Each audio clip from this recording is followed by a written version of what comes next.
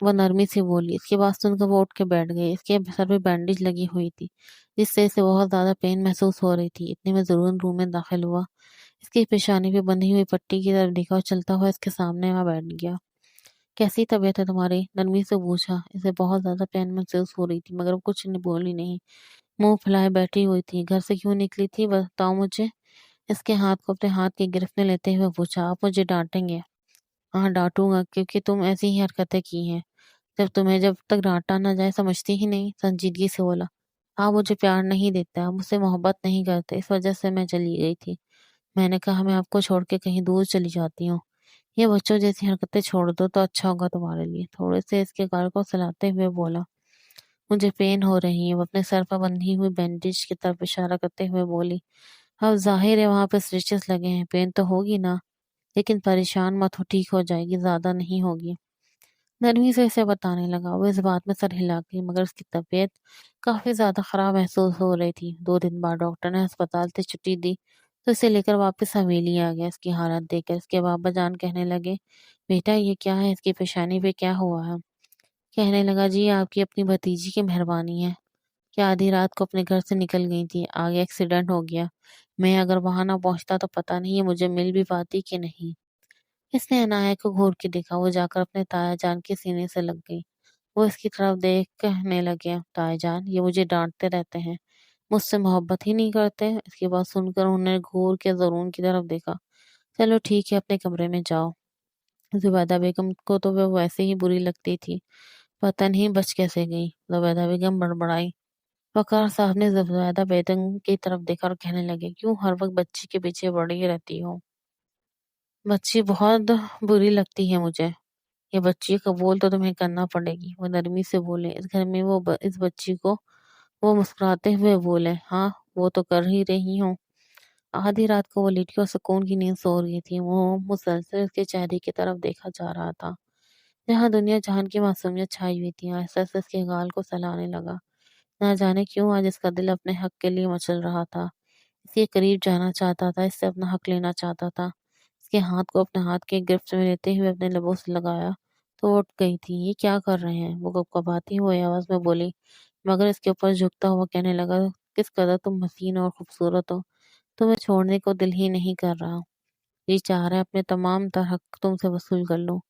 وہ سنجیدگی سے بولا تو وہ ڈرتے ہوئے پیچھے ہونے لگی۔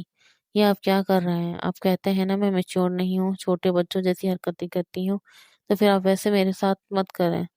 وہ کپکپاتی ہوئی آواز میں بولی مگر وہ اس کے قریب ہوا، اپنے ہاتھ کی انگلیاں اس کی انگلیوں میں پیوست کرتا ہوا اپنے قریب کر گیا، اس کی اور اپنے درمیان کے فاصلے ختم کرنے لگا۔ جیسے اس نے لب اس کی گردن پہ رکھے تو وہ ضبط سے اپنی آنکھیں بند کر گئی۔ اگلے ہی لمحے وہ اپنے درمیان کے تمام پردے گراتا گیا۔ اس کی سسکی گونجی تھی کمرے میں، مگر اس کے بعد اس شخص نے کوئی بات نہیں کی۔ وہ دور جانے کی کوشش کرتی رہی، بار بار کہتے رہے، پلیز ایک موقع دے دیں۔ ابھی نہیں، ابھی میں نے اس رشتے کو قبول بھی نہیں کیا۔ مگر بھلا وہ شخص کہاں موقع دینے والا تھا۔ اپنے تمام تر حقوق وصول کرنے کے بعد اسے اپنے باہوں میں لے کر سو گیا۔ صبح جب اس کی آنکھ کھلی تو اس کی باہوں کے حصار میں بکھری ہوئی حالت میں پڑی تھی۔ اس کے گال کو سلاتے ہوئے چہرے کو دیکھنے لگا، آہستہ سے پیشانی کو چھوا جہاں پہ بینڈیج لگی ہوئی تھی۔ اپنے لب اس کی پیشانی پہ رکھ دیے، ہلکی ہلکی آنکھیں کھول کر اپنے اتنے قریب اس شخص کو دیکھا تو فوراً اس سے دور ہو گئی، گھبراتے ہوئے کہنے لگی، جی آپ کیا کر رہے ہیں؟ پلیز دور رہیں۔ یہ آپ نے کیا کیا ہے؟ وہ روتے ہوئے بولی تھی۔ رونا بند کرو، ایک دم سے سنجیدگی سے بولا، یہ میاں بیوی کا رشتہ ہوتا ہے اور تمہیں اسے قبول کرنا پڑے گا، یہ سب کچھ تو ہوتا ہے۔ وہ نرمی سے اسے سمجھانے لگا مگر وہ سمجھنے کے باوجود بھی غصہ کر رہی تھی۔ لیکن میں نے آپ کو اجازت نہیں دی تھی، آپ نے میری اجازت کے بغیر یہ سب کچھ کیا ہے۔ پہلی بیوی سے اجازت لی جاتی ہے لیکن آپ نے اجازت ہی نہیں لی، مجھے تکلیف تھی آپ نے۔ وہ روتے ہوئے بولنے لگی، میری جان یہ تکلیف نہیں تھی، تکلیف تو اس سے زیادہ ہوتی ہے، میں نے تو محبت دی تھی۔ وہ نرمی سے سمجھانے لگا، آج کے بعد تم مجھے یوں بچوں جیسی حرکتیں کرتی ہوئی دکھائی نہ دو، بڑی ہو جاؤ۔ ہمیشہ ایک ہی بات کہتا تھا، آج بھی اس نے وہی بات بولی، کیسے بڑی ہو جاؤں، کیسے میچور ہو جاؤں، ہر بار مجھے ایک ہی بات کیوں بولتے ہیں؟ وہ معصومیت سے اس کی طرف دیکھتے ہوئے بولی، جیسے میں چاہتا ہوں تم میرے کام اپنے ہاتھوں سے کرو، رات کو واپس آؤ تو میرے لیے کھانا بناؤ، ہمارے چھوٹے چھوٹے بچے ہوں جیسے ایک نارمل میاں بیوی ہوتا ہے۔ میں بھی ویسے ہی رہنا چاہتا ہوں، میں تمہیں نئی اولاد کی طرح یا بچوں کی طرح نہیں پال سکتا، مجھے یہ سب کچھ نہیں آتا، یہ چوچلے نہیں پسند۔ وہ اسے سمجھانے لگا۔ اس کی بات سن کر نہ جانے کتنی دیر تک وہ منہ پھلاتے ہوئے اس کی طرف دیکھتی رہی، پھر کہنے لگی ٹھیک ہے، آپ کو یہ سب کچھ نہیں پسند، اس کے بعد نہیں ایسا کچھ بھی کروں گی۔ یہ کہتے ہوئے وہ خاموش ہو گئی۔ وہ کچن میں کھانا بنا رہی تھی۔ کس کے لیے کھانا بنا رہی ہو؟ زبیدہ بیگم کی بات سن کر عنایت نے مڑ کے زبیدہ بیگم کی طرف دیکھا۔ میں زرون کے لیے کھانا بنا رہی ہوں، اس نے مسکراتے ہوئے کہا۔ اچھا، تمہیں کھانا بنانا آتا ہے؟ وہ جلدی سے اصابت میں سر ہلانے لگی۔ ہاں جی، مجھے بنانا آتا ہے نا، میں اپنے زرون کے لیے بنا رہی ہوں، وہ ہنستے ہوئے بولی تھی۔ اس کے چہرے پہ نہ جانے کتنے رنگ چھائے ہوئے تھے، جیسے دیکھ کے زبیدہ بیگم کو عجیب طرح کا غصہ آنے لگا، اسے عجیب نگاہوں سے دیکھنے لگی۔ اچھا، ایسی بات ہے؟ وہ اس بات میں سر ہلانے لگی۔ آپ کو پتہ ہے، وہ کہتے ہیں میں ان کے لیے کھانا بنایا کروں، ان کے کام اپنے ہاتھوں سے کیا کروں، تو ان کے کام اپنے ہاتھوں سے میں کرنا چاہتی ہوں۔ چلو بھائی، یہ بھی ٹھیک ہے، لیکن ڈھنگ کے کام کر لینا۔ یہ کہتے ہوئے زبیدہ بیگم وہاں سے چلی گئی۔ اس نے کھانا بنایا اور کمرے میں ہی لے کے آ گئی۔ اسے بولا تھا کہ وہ کمرے میں آ جائے، مگر وہ ڈائننگ ٹیبل پہ بیٹھا تھا۔ زبیدہ بیگم کہنے لگی تمہاری بیگم تمہارے لیے الگ سے کھانا بنا کے کمرے میں لے گئی ہے۔ اس کی پیشانی پہ پل نمودار ہوا۔ یہاں سب کے ساتھ کیوں نہیں رکھا؟ اس نے کوئی بات نہیں کی، لیکن کھانا کھانے کے لیے وہ کمرے میں آ گیا۔ سامنے وہ بیڈ پہ بیٹھی اس کا انتظار کر رہی تھی۔ جیسے اس نے دیکھا تو مسکراتے ہوئے اس کے بازو سے پکڑ کے بیڈ کے پاس لے کر آئی۔ میں نے آپ کے لیے کھانا بنایا ہے ضرور۔ اس کا بچپنا اس کی معصوم حرکتوں کو دیکھنے لگا تھا۔ بے ساختہ اس کے لبوں پہ مسکراہٹ بکھر گئی۔ اس کا بنایا ہوا کھانا کھانے لگا، لیکن کہیں سے بھی ایسا نہیں لگ رہا تھا کہ اس نے پہلی دفعہ بنایا ہے۔ مطلب تمہیں کھانا بنانا آتا ہے؟ جھوٹ بولتی ہو میرے ساتھ؟ وہ سنجیدگی سے بولا۔ ایسی بات نہیں ہے، مجھے تھوڑا بہت آتا ہے، اتنا زیادہ تو نہیں آتا۔ بہت اچھا بنا ہے۔ یہ کہتے ہوئے اس کے ہاتھ کو پکڑ کر اپنے اسے لبوں سے لگایا تو وہ شرما گئی۔ اس کا چہرہ شرم سے لال ہو گیا۔ اس کے چہرے پہ چھائے ہوئے شرم و حیا کے رنگ وہ دیکھنے لگا۔ وہ نگاہیں جھکا کے اس کے سامنے بیٹھی تھی۔ تم نہیں کھاؤ گی؟ آپ نے مجھے کون سا کھلایا ہے اپنے ہاتھوں سے؟ اچھا، میں نے اپنے ہاتھوں سے کھلاؤں گا؟ تم چھوٹی بچی ہو۔ وہ اس بات میں سر ہلانے لگی۔ اس کی چھوٹے بچوں والی حرکتیں اب اس شخص کو عادت ہونے لگی تھی۔ جب کبھی ایسی حرکتیں نہ کرتی تو وہ مس کرنے لگ جاتا۔ آدھی رات کو جب لیپ ٹاپ پہ کام لگا ہوا تھا، اس کے قریب بیٹھ جاتی، اسے باہوں میں اٹھا کر بیڈ پہ لے جاتا۔ پچھلے کچھ دنوں سے وہ بہت زیادہ سست لگ رہی تھی۔ کسی کام کا کوئی دل نہیں کر رہا تھا۔ اس کی سستی دیکھ کر وہ تھوڑا پریشان ہو گیا تھا۔ نہ جانے سے کیا ہوا تھا کہ وہ اتنی سستی دکھا رہی تھی۔ جب بھی وہ آتا تو کمرے میں ہی ہوتی یا پھر سو رہی ہوتی۔ رات کو اٹھ کے بیٹھتی، بہت شدت سے رونے لگی۔ کیا ہوا میری جان کو؟ نرمی سے پوچھا تو وہ کہنے لگی میری باڈی میں اتنی شدید والی پین ہو رہی ہے کہ کیا مطلب؟ کیوں میری جان کی باڈی میں پین ہو رہی ہے؟ کچھ ہوا ہے کیا؟ نرمی سے پوچھا تو کہنے لگی پتہ نہیں، ایسے مجھے بخار فیل ہو رہا ہے۔ وہ نرمی سے بولی، کے چہرے کی رنگت کو دیکھنے لگا، آہستہ سے اپنے قریب کر لیا، اپنے سینے سے لگا لیا، دھیرے دھیرے اس کی پشت کو سہلانے لگا۔ وہ کبھی اسے زندگی میں قبول نہیں کرنا چاہتا تھا، آج ضرور کو یوں لگنے لگا انایا اس کے لیے بہت اہم ہوتی جا رہی ہے۔ وہ نہیں چاہتا تھا کہ کبھی اسے کچھ ہو یا کبھی اسے زندگی میں دور کرے۔ وہ اسے کہتا تھا میچور ہو جاؤ، بڑی ہو جاؤ، مگر اب وہ انایا کو اس کی حرکتوں سمیت بھی قبول کرنے کے لیے تیار ہو گیا تھا۔ رات اسے اپنے باہوں میں لیا سویا۔ صبح صبح کہنے لگا چلو میں تمہیں ہسپتال لے چلتا ہوں۔ وہ نفی میں سر ہلانے لگی، نہ جانے اس کے دل میں ایک عجیب سا خوف بیٹھا ہوا تھا۔ وہ ہسپتال نہیں جانا چاہتے۔ وہ کہنے لگا اٹھو میری جان، آپ کی طبیعت ٹھیک نہیں ہے، اب ہسپتال تو جانا پڑے گا نا، ڈاکٹر میڈیسن دے گا، پھر ہی تم ٹھیک ہوگی۔ مگر وہ جانے سے انکار کر رہی تھی۔ اسے لے کر اسپتال آ گیا۔ ڈاکٹر نے کچھ ٹیسٹ وغیرہ کیے۔ ٹیسٹ کروانے کے بعد وہ اسٹریچر پہ اس کے پاس بیٹھا ہوا تھا۔ اس کے ہاتھ کو اپنے ہاتھ میں لیتا ہوا اس کے ساتھ باتیں کرنے لگا۔ مجھے نا ڈر لگ رہا ہے، اس کے ہاتھوں کو پکڑتے ہوئے بولی۔ بار بار کہہ رہی ہو ڈر لگ رہا ہے، کس چیز سے ڈر لگ رہا ہے؟ نرمی سے پوچھا۔ آپ کو پتہ ہے، مجھے نا وہ فیلنگس آ رہی ہیں جیسے… کیا جیسے؟ اس کے پیشانی پہ پل نمودار ہوئے، جیسے میں نا مما بننے والی ہوں۔ یہ بات سن کے اس شخص کے لبوں پر مسکراہٹ بکھری۔ اس بار میں تو میں نے سوچا بھی نہیں تھا، بالکل اس کے وہم گمان میں بھی یہ بات نہیں تھی جو وہ بات کر رہی تھی۔ کیا کیا سچ میں؟ کیا تم اتنی بیوقوف ہو؟ تمہیں بھلا کیسے فیلنگس آ سکتی ہیں؟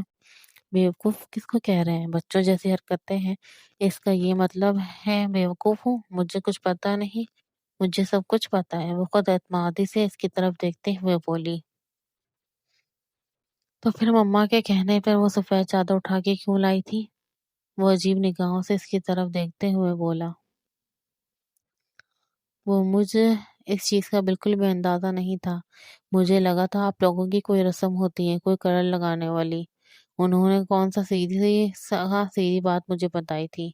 وہ منہ بناتے ہوئے بولی۔ اس کی بات سن کر وہ ہنسنے لگا، اتنی بری طرح سے ہنسا اس نے زرون کے کندھے پہ مکہ رسید کیا۔